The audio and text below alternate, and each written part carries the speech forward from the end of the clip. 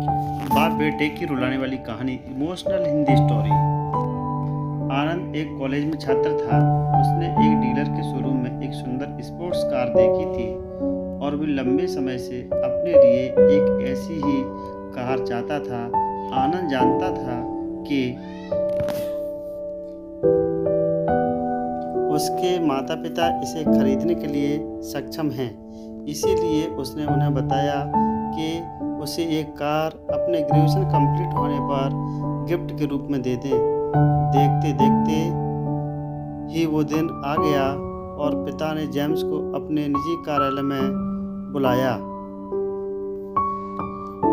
उन्होंने उससे कहा कि मुझे तुम्हारे जैसे अच्छे बेटे पर बहुत गर्व है। उन्होंने बताया कि उससे कितना प्यार करता है और उसे एक प्यारा रैपर से लिपटा हुआ उपहार दिया।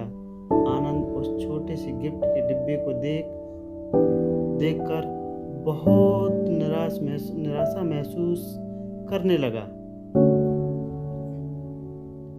लेकिन वह जानने के लिए उत्सुक था कि ऐसा क्या था उस बॉक्स में। इसलिए उसने बॉक्स तुरंत खोला और उसमें एक लाल कपड़े से लिपटी भगवत गीता देखी। आप इतने अमीर हैं और आप मुझे केवल एक गीता ही दे रहे हैं। काफी गुस्से से अपने पिता पर वो चिल्लाया और अपनी नाराजगी और गुस्से के बस में आकर आनंद ने आप देखा न ताप देखा और तुरंत घर छोड़ दिया। काफी साल बीत गए। आनंद अब एक सफल व्यवसायी बन गया था। वो अपने जीवन में खुश था। उसकी शादी हो चुकी थी और उसके 2 बच्चे थे। उनका परिवार एक सुंदर घर में रहता था, लेकिन उसके पिता के टूटे रिश्तों के कारण उसकी आत्मा अभी भी आहत थी। आनंद अपने पिता का घर छोड़ने के बाद कभी उनसे मिलने नहीं गया था।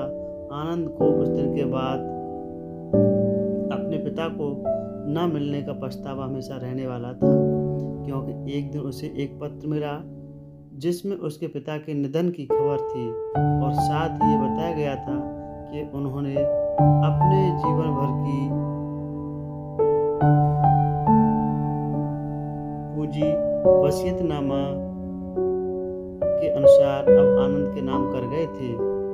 अपने पिता की सारी संपत्ति विरासत में मिली। तब आनंद अपने पिता के घर पहुंचा और कुछ महत्वपूर्ण कागज की तलाश करने लगा और गलती से उसे वही भगवत गीता का उपहार लिपटा हुआ मिला, जिसे देख उसे फिर उसी उदासी का एहसास हुआ और उस गीता को उसने अच्छे से देखा तो उस पर अपने पिता की हैंडराइटिंग में कुछ लिखा पाया। उस पर लिखा था, मैं खुद बेचकर भी सपना पूरा करूंगा, बस तू सपने जरा बड़े देखना। ये बोल रहा बाप नहीं, जिंदगी का सबसे पहला दोस्त तेरा। ये कविता पढ़ी थी कि अचानक उस किताब से एक चाबी गिरी। उसके ऊपर लगे टैग पर उसके ग्रेजुएट होने की तारीख के साथ कॉन्ग्रेचुलेशन और आई लव यू लिखा था।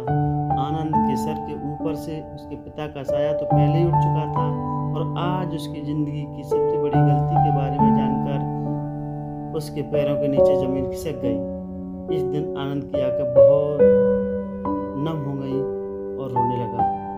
दोस्तों, इस कहानी से शिक्षा मिलती है कि हमें कभी भी अपने माता पिता पर शंका नहीं करना चाहिए।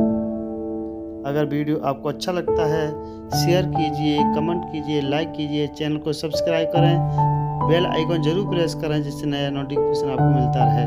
अंत में यही कहता हूँ, पढ़ते रहिए, बढ़ते रहिए, स्वस्थ रहिए, मस्त रहिए। धन्यवाद।